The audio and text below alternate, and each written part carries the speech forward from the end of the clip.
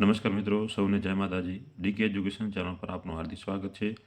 મિત્રો, આજે આપણા વિડીયોની અંદર જીએસઆરટીસી દ્વારા જે ડ્રાઈવર અને કંડક્ટરની પરીક્ષા લેવાની છે, અથવા તો ગૌણસેવા પસંદગી મંડળ દ્વારા જે જુનિયર ક્લાર્કની પણ અથવા બીજા ઘણા વિભાગોની અંદર ક્લાસ 3ની જે પરીક્ષા લેવાની છે તે માટે મિત્રો મોસ્ટ આઈએમપી પ્રશ્નો એટલે ભૂગોળના પ્રશ્નો વિશેની માહિતી જોઈએ.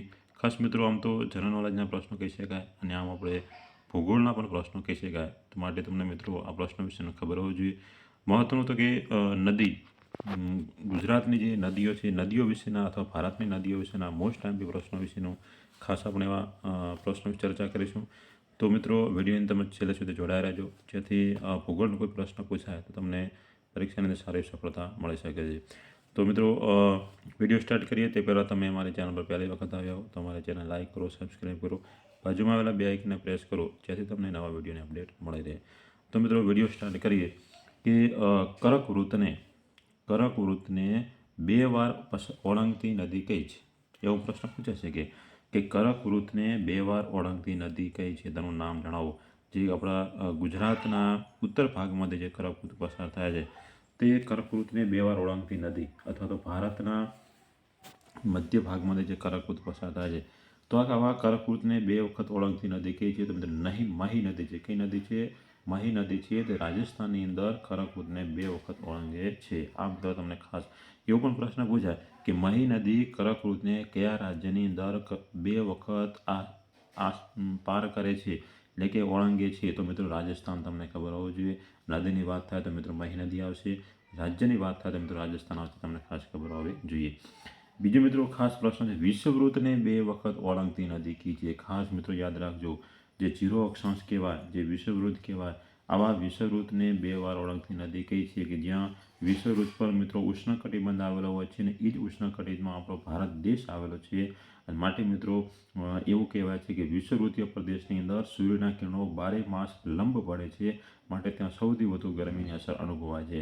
અને સૌથી વધુ ગરમીની અસર અનુભવવાના હોવાના કારણે ત્યાંની અંદર પ્રદેશમાં રહેતા વિસ્તારમાં માણસો, કાળા માણસો આપણને જોવા મળતા હોય છે.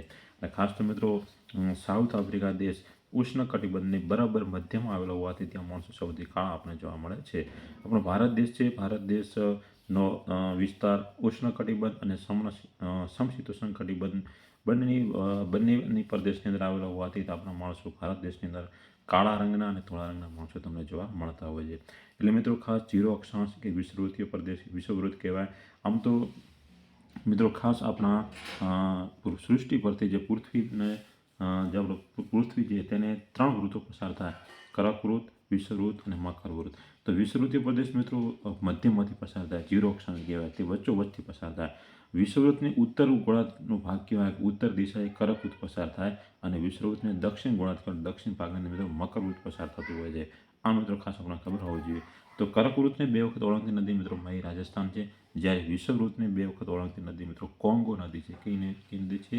કોંગો નદી છે. આ મિત્રો તો આપણને ખબર હોવી જોઈએ.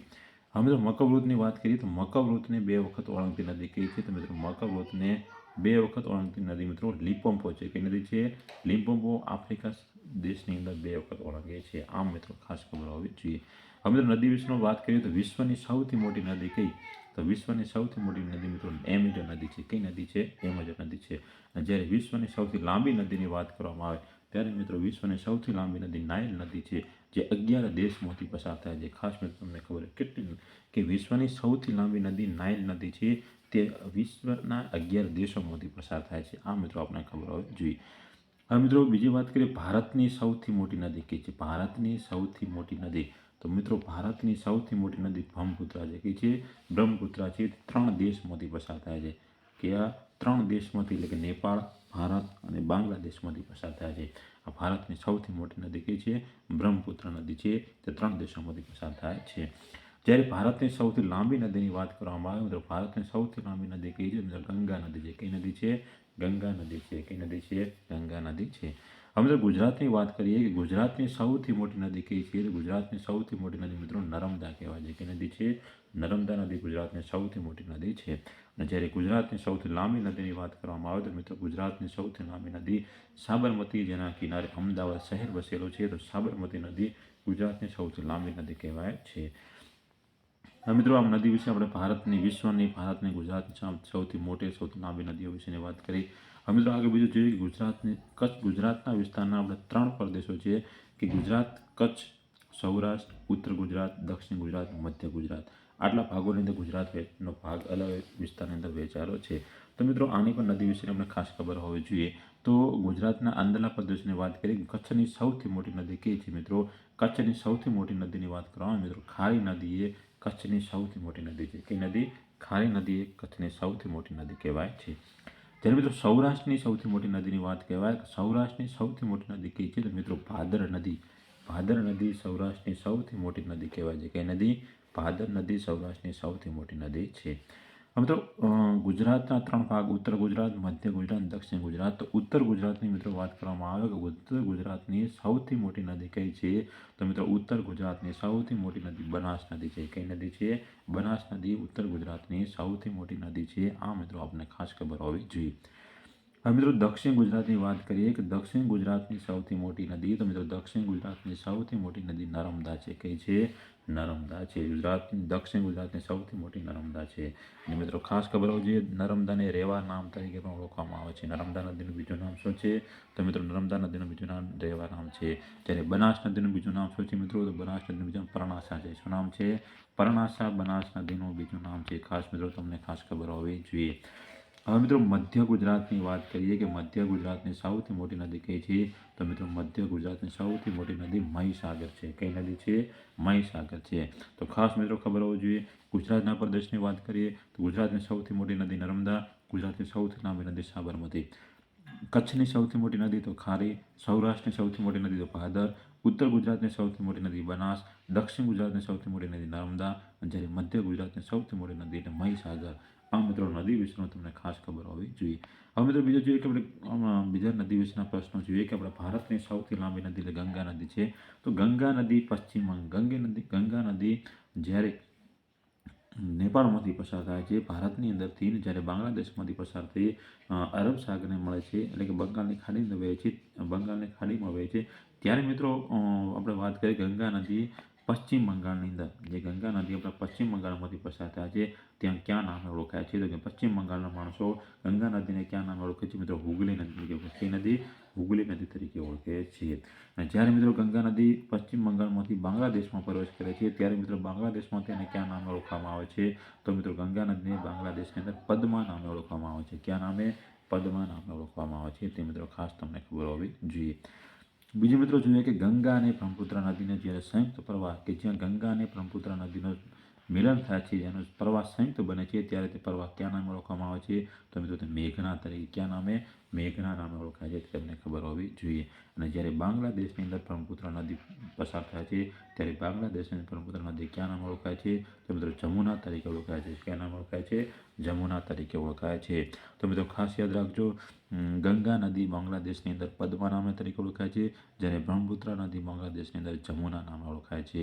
જ્યારે ગંગા અને બ્રહ્મપુત્રા નદીનો સંયુક્ત પ્રવાહ થાય તે મેઘના નામે ઓળખાય છે. આપણે ખાસ મિત્રો તમને ખબર હોવી જોઈએ.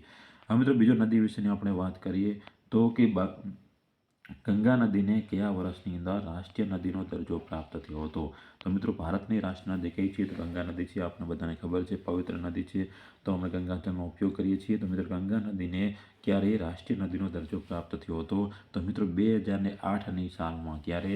2008ની સાલમાં મિત્રો ગંગા નદીને રાષ્ટ્રીય નદીનો દરજ્જો પ્રાપ્ત થયો હતો. આ આપણે મિત્રો ખાસ ખબર હોવી જોઈએ. હવે મિત્રો બીજો પ્રશ્ન એવો પૂછાય કે ગંગા નદીની સૌથી મોટી સહાયક નદી કઈ? ગંગા નદીની સૌથી મોટી સહાયક નદી કઈ?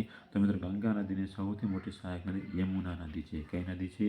યમુના નદી ગંગા નદીની સૌથી મોટી સહાયક નદી કહેવામાં આવે છે.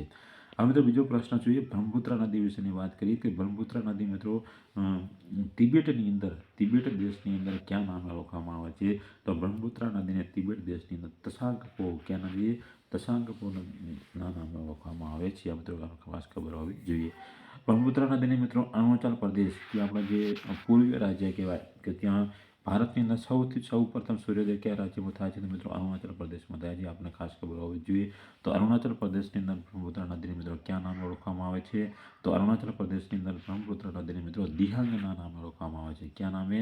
દિહાંગ નામે ઓળખવામાં આવે છે. અને બીજો મિત્રો પ્રશ્ન આપણે જોઈએ કે આસામ રાજ્યની વાત કરીએ તો બ્રહ્મપુત્રા નદીને આસામની અંદર કયા નામે ઓળખવામાં આવે છે? તો મિત્રો બ્રહ્મપુત્રા નદીને આસામ રાજ્યની અંદર રેડ રિવર તરીકે ઓળખવામાં આવે છે. કયા શાના નામે ઓળખવામાં આવે છે? રેડ રિવર તરીકે ઓળખવામાં આવે છે. તો બ્રહ્મપુત્રા નદીની આપણા ભારતના રાજ્યોની વાત કરીએ તો મિત્રો અરુણાચલ પ્રદેશની અંદર બ્રહ્મપુત્રા નદીને કયા નામે ઓળખવામાં આવે છે? તો દિહાંગ નામે ઓળખવામાં આવે છે. જ્યારે આસામ રાજ્યની અંદર બ્રહ્મપુત્રા નદીને કયા નામે ઓળખવામાં આવે છે? તો મિત્રો રેડ રિવરના નામે ઓળખવામાં આવે છે.